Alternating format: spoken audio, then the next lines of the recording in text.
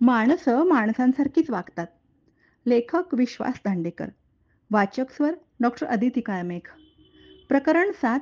मुझे उल्लू बनाने चले. भाग 2. गाडीत आमच्या गप्पा सुरू झाल्या. एक लोकविलक्षण व्यक्ती तुझ्यामुळे अनुभवायला मिळाली, असं मी म्हटल्यावर त्याने पंडितजींची एक कर्तृत्व कथाच मला सांगितली.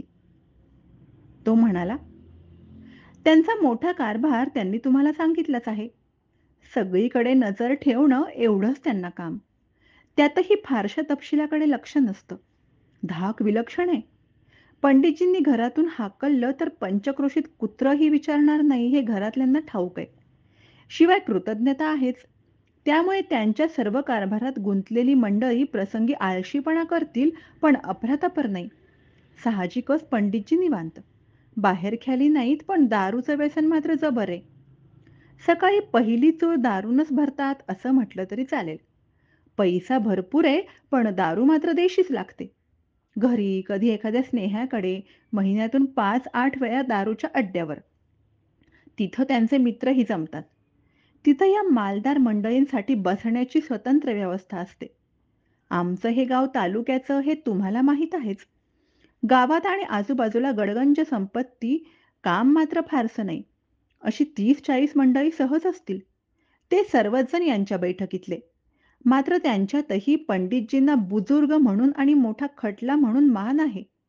आलटून पालटून 8-10 जण संध्याकाळी दारूच्या गुत्त्यावर जमतात. तहसीलदार, पोलीस यांची उठबस करतात. राजकीय स्थानिक नेते यांच्याशी अंतर राखतात. पण स्नेह आहे. तिथं पैसा पेरतात. असेच एकदा पंडितजी दारूच्या ठेक्यावर पोहोचले.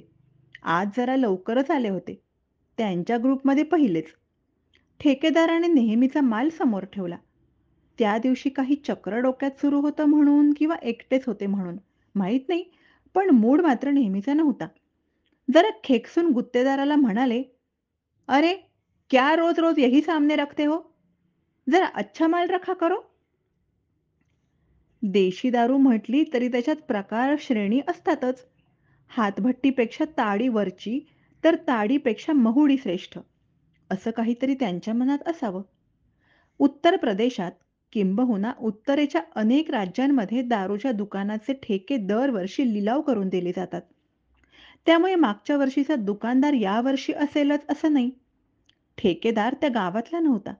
त्याने त्याच पद्धतीनं उत्तर दिलं, "अच्छी पीना है तो अपने घर पर पीजिए, या ठेका अपना लगाइए. हमारे ठेके पे तो यही माल मिलेगा." अपमान! जाट, ठाकूर या उत्तरेतल्या लढवय्या शेतकरी जमाती इज्जत यांच्या नाकाच्या शेंड्यावरच वागवत असतात. मात्र पंडितजी काही बोलले नाहीत. पैसे फेकले आणि निघून गेले. गावात थोडी बहुत चर्चा झाली. "साले को पंडित जी ने पीटा कैसे नहीं? पता नहीं यार, पंडित जी शांत कैसे रह गए? चलो, बड़ों की अपनी अपनी बात है." अशा प्रतिक्रियांची कुजबूज गावात झाली. त्यानंतर सगळं कसं शांत शांत. 2-1 महिन्यांनी त्या देशी दारू ठेक्याचा वार्षिक लिलाव होता. साधारण माणसं या भानगडीत पडत नसत. शिवाय उत्तर प्रदेश, बिहार या भागांमध्ये दारू गाळणारे आणि विकणारे अशी एक स्वतंत्र जमातही होती, जायस्वाल. आता जायस्वाल मंडळी शिक्षण घेऊन वकील, प्राध्यापक, डॉक्टर या आणि अशा अनेक व्यवसायांमध्येही नाव मिळवून होती. पण थोडेफार या धंद्यामध्येही होतेच. एक मर्यादित गट हे लिलाव घेत असे. लिलाव तहसीलदार कचेरीत होई.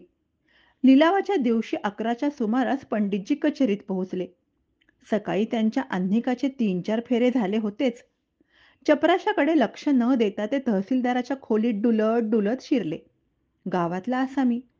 तहसीलदाराने उठून स्वागत केले. "पंडित जी, कुछ काम था तो कहलवा देते. खुद कष्ट क्यों किया? फरमाइए, क्या सेवा की जाए?" "अरे भई, आज उस ठेके का नीलाम है ना, हम भी बोली लगाना चाहते हैं." तहसीलदार अवाकच. लिलावाची वेळ झालीच होती. इतर कोणी स्पर्धेत नव्हतं. आदल्या वर्षीचा गुत्तेदार आणि पंडितजी. तहसीलदार साहेबांनी सुरुवात केली.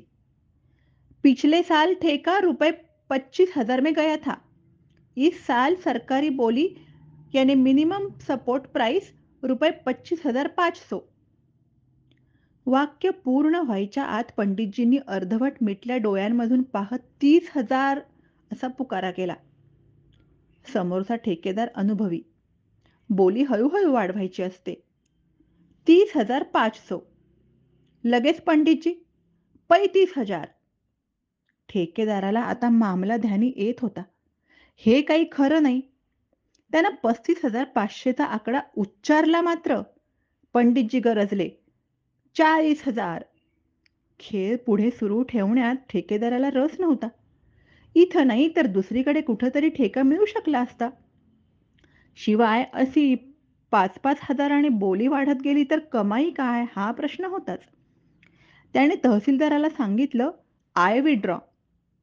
तो काहीतरी बोलला एवढंच पंडितजींच्या ध्यानी आलं होतं. पण प्रश्न अस्मितेचा होता. ते बोललेच, क्या है 50,000. तहसीलदाराने त्यांना थांबवलं. ठेका 40,000त तुमचा झाला आहे. कशाला बोली वाढवता? पंडितजींचा स्वर आता जरा खाली आला. पुढं काय करायचं? सरकारी कागदपत्र वगैरे? ते सोपं आहे पंडितजी. आत्ता लगेच तुम्ही 25% म्हणजे रुपये 10,000 भरायचे. उरलेले भरायला 15 दिवस मुदत. ते भरले की पुढच्या 1 तारखेपासून ठेका तुमचा. मात्र 15 दिवसात नाही भरले तर 10,000 सरकार जमा. पुन्हा लिलाव. पंडितजी उठून उभे राहिले. पायजमा, झब्बा, कोट असा त्यांचा पेहराव. कोटाच्या 2-3 खिशांमधून त्यांनी नोटांची बंडल तहसीलदारासमोर टाकली. इसमें से गिन के 40,000 रख लेना. बचे हुए पैसे और रसीद भिजवा देना. माल मागवला गेला. घरातल्या फौजफाट्यामधूनच एकाची ठेक्यावर नेमणूक झाली. 1-2 नोकर ठेवले गेले. अधूनमधून तिथं जाणं पूर्वीसारखंच. महिना उलटला. ठेका चालवणारा सकाळी पंडितजींसमोर हजर. निमित्त? माल संपत आलाय. मागवायला हवा. पंडितजींनी विचारलं, पैसे? त्याने पैसे पुढ्यात ठेवले. खूपच कमी रक्कम होती. इतनी कम रकम कैसी? ठेके पे आपके यार दोस्त आते हैं. कहते हैं ठेका तो अब घर का है.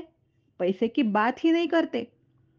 इतर मंडळी येतात, ते पैसे देतात. पण तुमचे मित्र शेजारच्या धाब्यावरून जेवणही मागवतात. त्याचं बिल मलाच द्यावं लागतं. मी लहान, लाचार माणूस. त्यांना बोलू शकत नाही. पंडितजींनी उठून त्याच्या पाठीवर थाप मारली. त्याचा ताण संपवला. त्याला घेऊन ठेक्यावर गेले. फारसा माल शिल्लक नव्हताच. त्यांनी सर्व माल आपल्या शेतावरच्या घरात नेण्याची आज्ञा त्याला केली. काही दिवस विक्री बंद. त्यांच्या सर्व 40 मित्रांना आमंत्रण निरोप गेला. उद्या रात्री शेतावरच्या घरात पार्टी. अवश्य या. सगळेजण आले. पार्टी खूपच रंगली. माल संपला. जेवण झालं. चंद्रप्रकाशात मग पंडितजींनी पत्त्याचा जुगार सुरू केला. जनता विमान बऱ्यापैकी उंचावर होतंच. सगळेजण जुगारात सामील झाले. एकाएकी 1-2 वाहनं तिथे येऊन थडकली. एक पोलीस सब इन्स्पेक्टर, 8-10 पोलीस. सर्वांना अटक. गुन्हा? दारू पिणं गुन्हा नाही, कारण दारूबंदी नव्हतीच. गुन्हा जुगार खेळणं. आता रपट लिखी जाएगी. जामीन मिळेल, पण बाकीचं कोर्टात. काय करायचं? मग 2-3 जणांनी पंडितजींना बाजूला घेतलं. कोर्ट में वैसे कुछ होगा नहीं, वकील देख लेगा. मग त्यांनी उगाचच फेऱ्या मारल्या. मुख्य म्हणजे पेपरला बातमी, गावात चर्चेला विषय. अतएव बेइज्जत.